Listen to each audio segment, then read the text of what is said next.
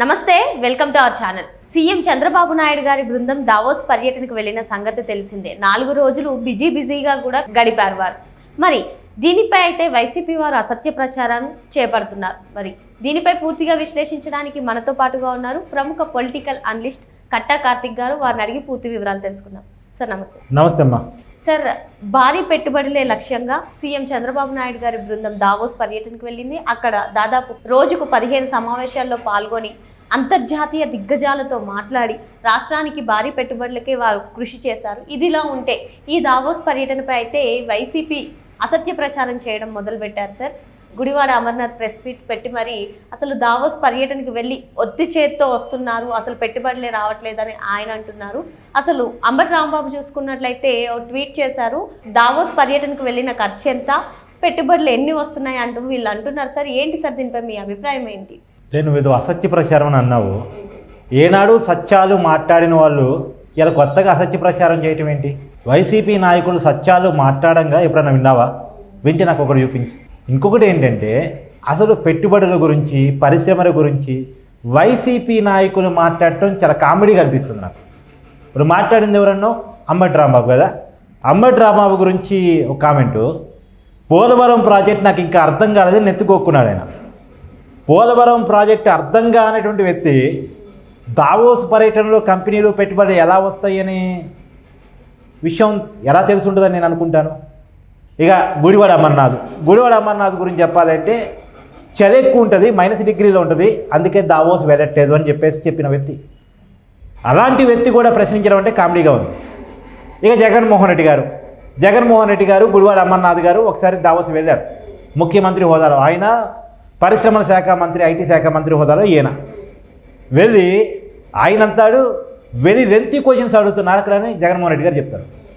అంటే అక్కడ పరిశ్రమ అధిపతులు, పారిశ్రామికవేత్తలు అడిగే ప్రశ్నలకు కూడా సమాధానం చెప్పడం రాక తర్వాత సంవత్సరం నుంచి దావోస్ వెళ్ళటం మానేశారు వీళ్ళు. ఇవాళ జగన్మోహన్ రెడ్డి గారి పార్టీ నాయకులు, అందులోనూ పర్టికులర్గా గతంలో చెలేస్తుంది కాబట్టి నేను దావోస్ పోలేకపోయానని చెప్పిన గుడివాడ అమర్నాథ్, పోలవరం ప్రాజెక్టే నాకు అర్థం కాలేదని చెప్పిన అంబటి రాంబాబు ఇవాళ దావోస్ పర్యటన గురించి, చంద్రబాబు గారి గురించి కామెంట్ చేయటం అనేటువంటిది విచిత్రకరమైన పరిణామం. సరే, దావోస్లో చంద్రబాబు నాయుడు గారు ఏం చేశారు? 4 రోజుల పాటు 15 మీటింగ్స్లో పాల్గొన్నారు. బ్రాండ్ ఏపీని ప్రమోట్ చేసే పనులు వాళ్ళు చేశారు. అమరావతి గురించి చెప్పారు, ఏ టెక్నాలజీకి మేము ఇచ్చే ఇంపార్టెన్స్ చెప్పారు, డ్రోన్ క్యాపిటల్గా మేము ఎలా మార్చాలనుకుంటున్నామని చెప్పారు. సో ఎలక్ట్రికల్ కార్ల కంపెనీకి, తర్వాత గ్రీన్ ఎనర్జీకి, అంటే రాబోయే కాలంలో ఇంపార్టెన్స్ ఏ రకంగా ఉండబోతుందో ప్రభుత్వం కంపెనీలకి, మా పారిశ్రామిక విధానం ఏ రకంగా ఉండబోతుందో చెప్పారు. అసలు చంద్రబాబు నాయుడు గారికి ఎంత దూరదృష్టి అంటే అండి, వెళుతూ కూడా చెప్పాడు, నా టార్గెట్ ఇవాళ రేపు కాదు, 2047 నాటికి ఆంధ్రప్రదేశ్ని ప్రపంచ పటంలో గుర్తింపు తీసుకొచ్చి పెట్టడం అనేటువంటిది. ఒకనాడు ఛాలెంజ్ విసిరాడు ఆయన, హైదరాబాద్ ప్రపంచ పటంలో 2020 నాటికి పెడతానని ఛాలెంజ్ విసిరాడు ఒకనాడు. అప్పుడు కామెడీ చేశారు. ఎప్పుడో 20 సంవత్సరాల ముందే, అంటే 2000 సంవత్సరంలోనే ఈ విజన్ 2020 ఏంటన్నారు. కానీ ఆయన చేసి చూపించారుగా, కళ్ళ ముందు కనపడుతుంది హైదరాబాద్ నగరం. సో 2047లో కూడా చేసి చూపిస్తారు. ఆయన చేసి చూపించగల సమర్థత ఉంది అన్నది ప్రూవ్డ్ ఫ్యాక్టర్ అది. కాబట్టి ఆ విజన్ని ప్రకటించిపోయారు, ఆ విజన్ అక్కడ చెప్పొచ్చారు. రెండోది, పరిశ్రమలకి పెట్టుబడులకి చంద్రబాబు నాయుడు బ్రాండు, పారదోలటానికి జగన్మోహన్ రెడ్డి బ్రాండ్. గత 5 సంవత్సరాల కాలంలో ఎన్ని కంపెనీని పారదోరాడు జగన్మోహన్ రెడ్డి గారు? ఇప్పుడు కాకినాడ పోర్టును ఆక్రమించుకున్నాడు అనేది చాలా క్లియర్గా అయిపోయింది కదా. తర్వాత గల్లా జయదేవ్ గారి కంపెనీని పారదోరాడు అనేది క్లియర్ కదా. మురళీమోహన్ గారి కంపెనీని పారదోరాడు అనేది క్లియర్ కదా.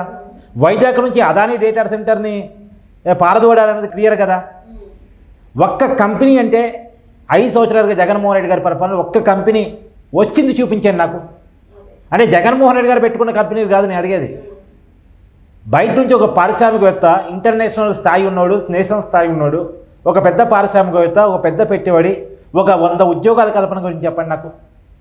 పైగా వైజాగ్లో ఇండస్ట్రియల్ సదస్సు పెట్టి ఎవరిని కూర్చోబెట్టాడు అక్కడ? వైసీపీ సోషల్ మీడియా టీంలో పనిచేసే వాళ్ళకి కోర్టు వేపించి వీళ్ళే ఇండస్ట్రియలిస్టులను కూర్చోబెట్టాడు. ఇవాళ వీళ్ళు ఆంధ్రప్రదేశ్ ఇండస్ట్రీల గురించి మాట్లాడుతున్నారు. అసలు ఆంధ్రప్రదేశ్కి రాజధాని లేకుండా చేసిన వ్యక్తులు వీళ్ళు కదా. అదే సార్. రాజధాని లేకుండా చెయ్యాలని కుట్ర చేసిన వాళ్ళు వీళ్ళు కదా. కేవలం మౌలిక సదుపాయాలు కూడా అంటే కనీసం రోడ్డు డ్రైనేజ్ సిస్టమ్ కూడా లేకుండా చేసిన వ్యక్తులు వీళ్ళు కదా.